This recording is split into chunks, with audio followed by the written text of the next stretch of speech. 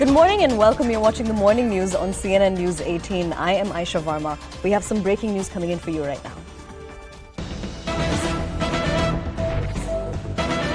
Now, CNN News 18 has exclusively accessed the remand papers of businessman Samir Mahendru in connection with the liquor policy scam. Now, according to the papers, the Excise Department portal was logged in by two of his companies on the same IP address 423 times. The papers also reveal that Mahendru is not cooperating in the matter and is giving evasive responses. Now remember, on Friday, the court had extended Mahendru's custody to the Enforcement Directorate for a period of 4 days. Now I'm crossing over to our correspondent who's tracking the story, Ananya Bhatnagar. Ananya, so essentially tell us more about give us more details about the key pointers of the remand papers. Well, this is definitely one of the largest scam that has happened in the national capital, and Liquorgate is something that is coming under scanner of both the agencies, whether it's the CBI or the Enforcement Directorate. Both are very actively involved into this particular case. Now, CNN News 18 has now accessed the remand papers of Samir Mahendru, who is said to be one of the key persons in this case, who was not only involved into the formulation of this policy, but was also a very big beneficiary of it.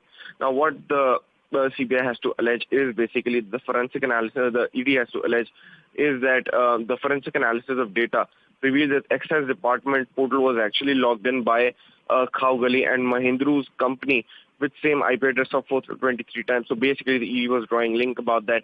Apart from that, it also said that Remand, which is the manufacturer of very, very famous liquor called Jameson, provided corporate guarantee for one of these food chains called Khawgali, and the same was done by, Remand after it was convinced by Samir Mahendru. So he was playing a very, very active role is what the ED is trying to suggest. In fact, it also goes on to say that he also named new individuals and companies which would now be under the scanner of the agency. Now, Samir Mahendru is said to be one of those who were a beneficiary and was into cartelization of all of these liquor vendors, and completely was, in fact, helping the public servants to gain kickbacks and also ill-gotten money.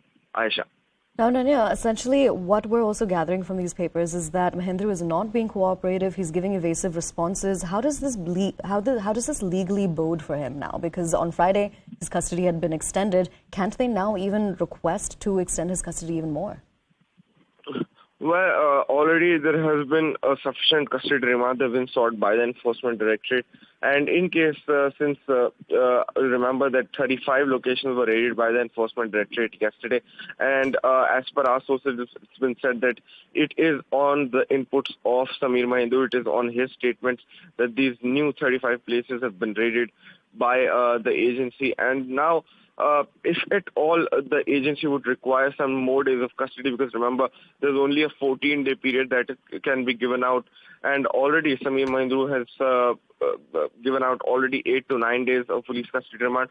So there is a very, very slight and small chance that the Enforcement Directorate comes back and says that it wants more remand of Samir Mahendru. However, he remains to be a very, very key person that has been arrested into this particular case, because he is not only a person who was involved in the formulation of this policy, but was also somebody who got a lot of benefits from it.